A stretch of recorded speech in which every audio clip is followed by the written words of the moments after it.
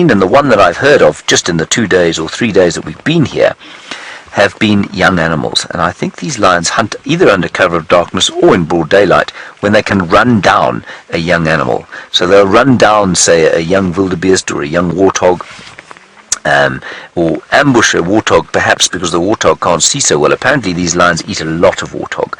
And look, he's stolen something. Didn't even see where he got it. Nice piece of intestine there, delicious. I'm being totally facetious, it's disgusting. So Ellen, I think the terrain and the density of prey does make a difference, but I think you'll find that they run down a lot more than the Jeandre guys do. The Jeandre guys do a lot more ambushing, and they're able to take bigger prey as a result of it. And I think also you'll find that they eat different things. These guys apparently at this time of year, lots of wildebeest, lots of zebra. Seldom do they kill buffalo. And then when the wildebeest and the zebra head down south into the Serengeti, apparently they eat quite a few topi and also a lot of warthog. And I suspect they catch the warthog because the grass is high and the warthogs, well, being a bit like me, can't see over the top of it. Nice question. Thank you, Ellen. Isn't this special? What a great privilege we've had tonight to watch these lions hunting and then eating their meal, and in seemingly harmonious fashion in comparison with some of the hunting and eating that we've seen the Nkuhumas doing. It does help that there are no adult males here. If they'd come in, then there would have been a bit of fireworks, I suspect. Everything is calmed down now at the same time that the rain is slightly ceasing. Like I say, just enough to continue Jeandre's being wet. Alright, we're going to take a little breather here. We're going to keep watching these lions and hyenas while Jamie shows you something slightly cuter than anything we've got on offer here. Look at this! Isn't it amazing? This is what is so cool about these night drives. Oh, where to go? There it is. One of the lesser bush babies, or lesser galago. It is absolutely one of the most fantastic animals that we can see out here. It's one of my favorites to spot. I'm not sure how the cameramen feel about it, but they are utterly adorable when we do get it right.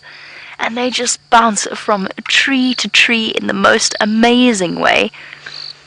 The smallest of our primates here on Djuma Private Game Reserve. And look at that. Can you believe you're watching this beautiful little creature live from the ground? It's hunting, looking for insects and moths that it can catch. You can see those massive eyes hard at work. They're all here, little bush baby. All the bugs and moths are in my car. I can't actually take my eyes off it, otherwise I'll lose it. There it is. Okay, we're going to have a jump. We're going to have a massive jump, I think, into the next tree. See the head bobbing from side to side. Oh, no, we've changed our mind. We're going the opposite way. Ah, this is such a obliging bush baby. Bounce. Oh.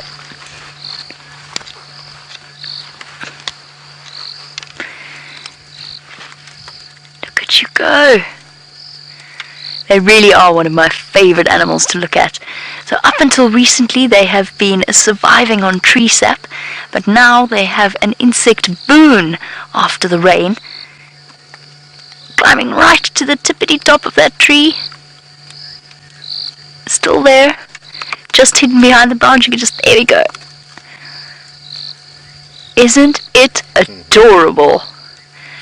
Oh, look at you standing up. Imagine having that kind of balance. Right up at the top of this tree. Unbelievable. Glancing from side to side. Now they catch moths by this incredibly rapid hand movement that they are capable of doing. Reaching out and closing. They've got primitive hands, not like human beings with our opposable thumbs. Here he goes, down again, down again. There we go. There we go. Oh, bounce. Keeping you guessing, Dave.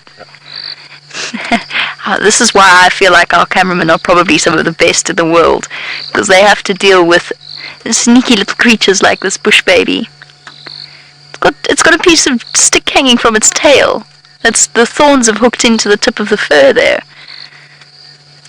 You can see it glancing about. I wish we could tell it to come here, because we have all of the insects in our vehicle at the moment. All of them. A couple of them are in my shirt. And crawling around my feet. Crawling up my trouser leg. Little bush baby, you would have a field day if you were in here. Oh, this is amazing. You can even see that I think it is a female. Just glancing up like that.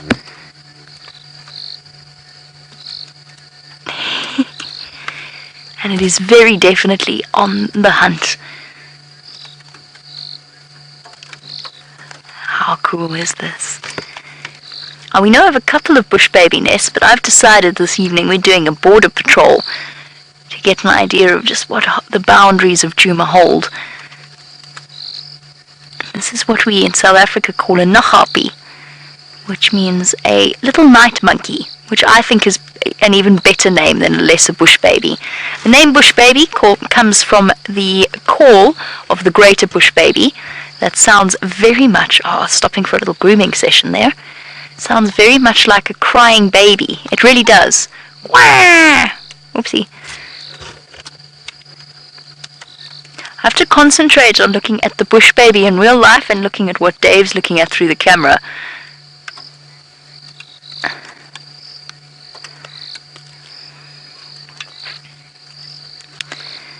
Now, Adam Lambert, very good question. You were saying, since there are so many insects on the ground and at ground level, why don't the bush babies hunt on the ground? They do occasionally. The greater bush baby hunts more frequently on the ground than the lesser bush baby, and I think it's just because the lesser bush baby feels a bit more threatened and it feels a lot safer up in the protection of dense trees like this one. Where even an aerial predator, something like an owl, for example, would have great difficulty in reaching through the thorns and the sticks and plucking it up. And there are lots and lots of insects up in the trees as well, lots of moths fluttering about, lots of... get out of my shirt, please. That's very uncomfortable, thank you. The joys of summer have arrived. And I think for the bush baby, it must be such a welcome relief from having to eat a tree sap all day.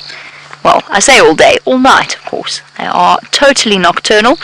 During the day, they find a nice safe spot, a branch or a hidden crevice or a hidden spot somewhere. In the case of the bush babies that live near the DRC, they live in the tree just above us. And what they do... You're getting attacked there, Dave. I know, me too. When this bush baby disappears, I'll give you an idea of just how under siege we truly are. And you'll get a proper clue as to what we're currently experiencing. But for now, we've got such an amazing view, and I really don't want us to miss out. So they sleep curled up all together in little family groups, adorable, fluffy family groups, and they doze the day away, going into a sort of a torpor, where their muscles all relax, they get completely calm, and they sleep in that manner. And for the most part, they try and find a spot. Dave, you being attacked.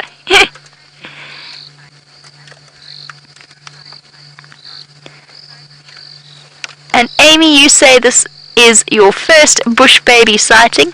I've still got him there, Darby. Yes. I don't know where, though. There. There you go.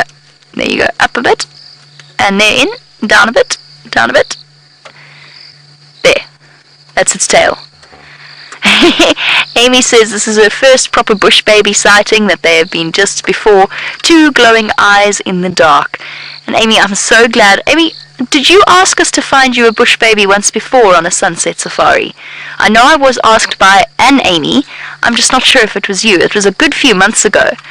I don't know if it was you. I hope it is, in which case I'm really, really glad that after all that we could provide it. Yes, it was that Amy. Oh, goodness, smacked to the face by an insect. There you go, it's in the middle of the spotlight, David. Got him. Sorry. There we go. A little bit of presenter cameraman teamwork happening here. Insect crawling up my sleeve. I have to get used to summer again. I'm staying still, I'm resisting the urge to move.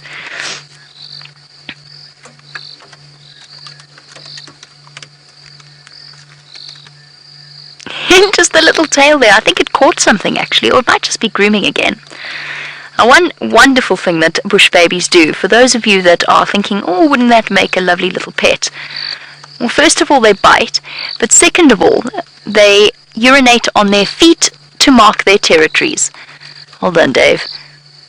So they urinate, they leak out a couple of drops of urine, so it's not like a steady stream, and then they grab it with their hands, or their front paws, and then they rub it on their back paws. So if you think you want a bush baby, perhaps that might sway your thoughts. Not that we are in any way a fan of people having exotic pets. I strongly, strongly anti the idea. Look at you, little one. Look at that amazing tree climbing skills. Oh, oh. Imagine doing that. I'd have fallen on my head long ago. I've lost it. Hold on. I think I've lost it. I think it's just hidden in that thick clump, and we can't see it. Right, well, since it has... I think it has disappeared. I'll keep an eye... Have you got it? No, I've lost it as well. Since our little bush baby, I think, has moved off out into the distance, I thought you might like to see why I've been making such a fuss as we've been going on. So allow me to demonstrate. That's on my dashboard. We've got a fruit chafer here, and we've got one of the longhorn beetles, or something relative. No, not a longhorn. It's something small and insect-like. And then wait for it. Just let's just wait and see a second, because you'll have to see what my leg looks like. Right. So there you go. That's one there. Okay, and then there's another mouth.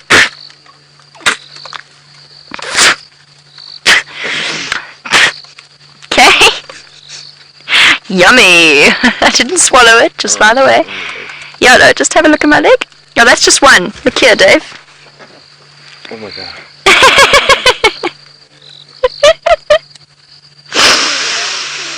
And most of these are fruit chafers, by the way, of different types. We used to call them Christmas beetles in my house. Have a look at the monitor, although it might get a bit weird. There's one there. Okay, there's another one at the bottom of the monitor. And there's one up my sleeve. And if you don't believe me, my sleeve is moving. I think it's roughly, I can't hold my spotlight and fish it out at the same time. Let's see if there's enough light. If I hold it up here. There's one over there. That little bump there is a moving bug. Hold on a moment. Oh no, it's going right up. Ah! There's one.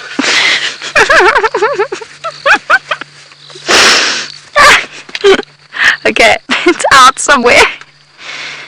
So, just by the way, serious admiration for Dave, who managed to keep the camera steady and zoomed in, because he's in no better condition than I am. The only difference... no!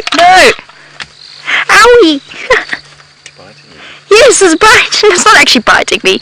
There. It wasn't actually biting me. They've just got quite pinchy legs. Oh, Here you go. just a little more to the light. Just a little more to the light there. Oh, sorry. Wait, there we go. Fruit chafer, everybody. One of the smaller species. That was what was up my sleeve. There's a couple in my shirt as well, but I figure I'll fish those out later. Right, you can go. Excuse me. You can go as well. Oh dear, you've gone already. Now, who knows where you're going to end up.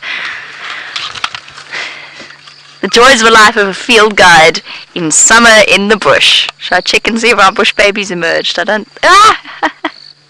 No.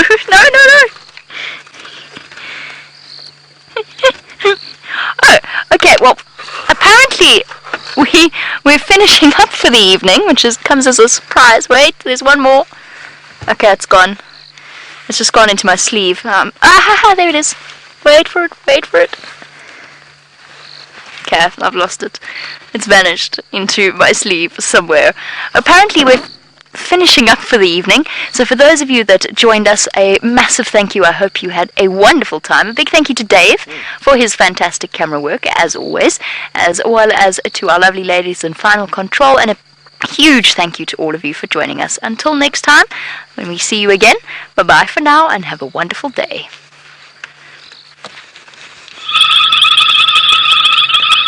It's been a while since I've spoken to you last, but I hope that you have all enjoyed James's lines and the catching of the zebra. That sounds very, very exciting. Now, I don't have anything to show you at the moment, but I have got something for you to listen to, so crank up the volume, everybody.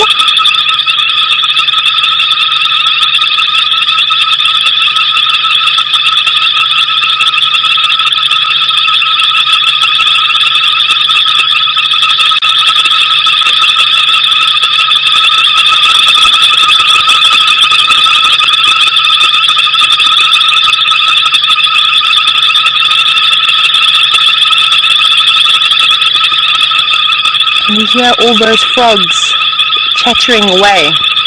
Now, last night we finally found the first frog of the season, which was very exciting. And James Richard wants to know if I managed to ID the frog that I found. And I did indeed, and it isn't a frog. It's called a flat-backed toad. And a very, very small toad. In fact, they don't get more than about 8 centimeters, so quite small. So I was quite excited about that. Now, these frogs that you can hear in the distance, I'm not sure what frogs they are. They definitely are a frog, though. They're not a toad. And what they're doing at the moment is called a time sharing. So that's not one frog that you're hearing calling. That's actually a number of different frogs calling in between each other. So not calling and overlapping their calls. As one finishes its call, another one starts to call in between that, and so it goes on. And it makes this beautiful chorus that we're able to hear. And hopefully the female will pick out which one of the male's calls she likes the most, and then she will look for her Romeo. And it's been such a wonderful evening this evening, and it was great out there. We had lots of fantastic things to see, and I hope you're looking forward to the next one for tomorrow. So I hope to hear some amazing questions again, and we're going to be following up on mongoose again. Don't think I've forgotten about that. That's going to be something I'm definitely going to see. So Eggsy, give a little wave goodbye. And it's been a great chatting to all of you, and thank you to all the lovely ladies. Oh, and I just want to say thank you as well to all the lovely ladies that are in Final Control. Without them, none of this would be possible, everybody. But before I say goodbye, this is just too magical. So let's just listen to this one last time. Maybe we should put the infrared on. Let's put the infrared on and see what it looks like at the dam. We're actually sitting at Buffelshoek Dam at the moment. It's very dark. I don't think you can actually see too. Oh, you can just see the dam. It's a little bit far away for the infrared lights to sort of see.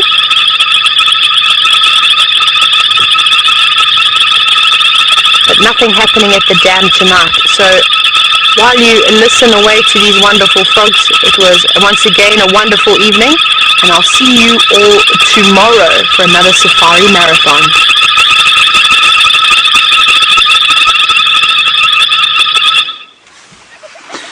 Well, everyone, there's a great deal of action going on here still. Well, it's starting to quieten down, but the hyenas are getting a little impatient with each other. That lion is eating the head of the unfortunate zebra, which gives it slightly more animation than it actually has. And the hyenas are thinking about coming in to have a go. The rest of the lions to the right-hand side of your picture, they're all satiated to a certain extent. There they all are. Or there's one of them. In fact, the rest are off to the left. They all seem to be pretty sort of done with their meal, and the hyenas getting impatient with each other, doing a bit of social bonding, having a bit of playing around the place. And, well, I think they've had a great and entertaining evening, rather like we have. They're still nervous, though, and they have to be, because, like I say, they're less than half the mass of these lions. And the lions, Jeandre, if you can just go to the right there's a lion looking rather satisfied there. There she is, left-hand side, the leftmost lion. Having a bit of a clean, there he is, sorry. A bit of a clean, and he was just lying on his back thinking, how pleasant it is to eat zebra of a Wednesday afternoon. Is it Wednesday? No idea what day it is. It's Wednesday, what a good guess. And you can see his belly quite full. And still the hyenas running around here. Oh, one of them's stolen something, Jeandre, to the right-hand side. There we go. Got a bit of zebra leg. That will be most sought after by his mates. He's taking it right towards the lion. It was particularly stupid of him. Now let's see if they share. Now hyenas of a similar rank will often share, but the hyena hierarchy is absolutely established at a sighting, is established at a feeding site. They fight viciously as lions do. One of the lions is up. Let's have a look there to the right-hand side.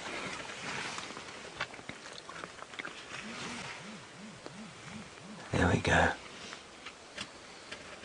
Look, nice full belly, going to have a bit of a snooze, and they'll do the bit of aloe grooming to say no hard feelings for fighting over the zebra. No, it's okay, I understand you were hungry. Yes, and I understand that you were hungry too. Let's have a little mutual licking, and we'll feel better about each other before we try and perhaps hunt again, or snooze it up. The rain seems to have stopped. There's still some growling going on though, just to the right there, Jeandre. No, that's not growling, is it? That one is very satisfied. And still the zebra's head. Coming in from the left here, Jeandre.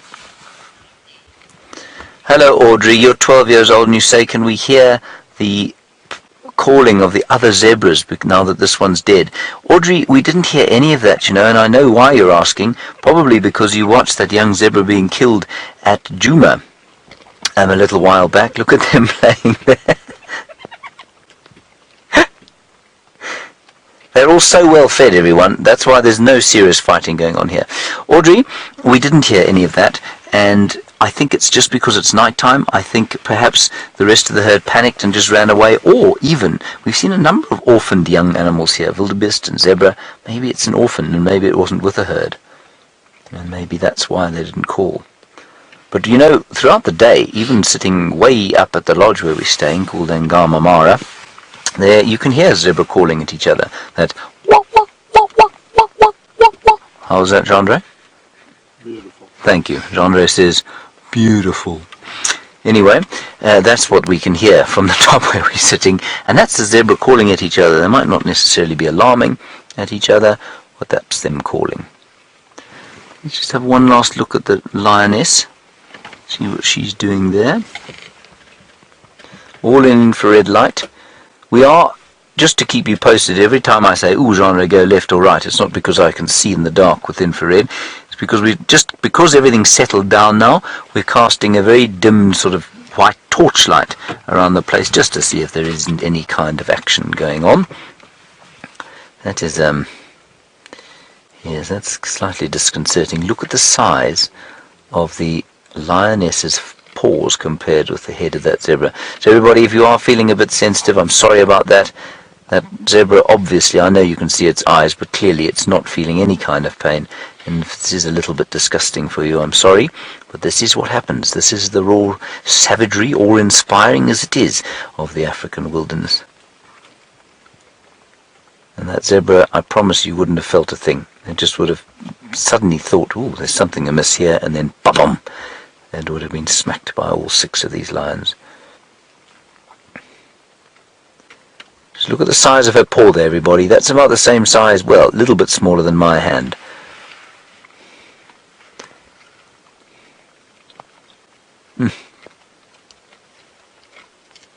And you can hear the crunching there. And you can also probably hear that the rain has stopped. And interestingly, not quite the same frog noises that you were getting there at Jeandre. Brilliant. Let's have one last look at the hyenas, off to the left and to the right.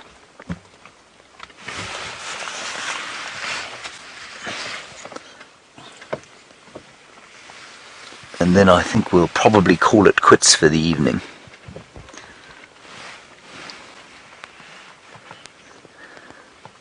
Okay, everybody, thank you very much for watching us. It's been an incredible evening.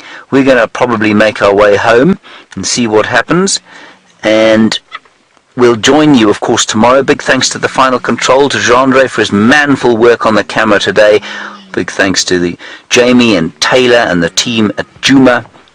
And we'll see you tomorrow at 4 o'clock East African time, 3 o'clock Central African time. It's been a wonderful evening with us, and thank you for joining us. We'll see you later. Bye-bye.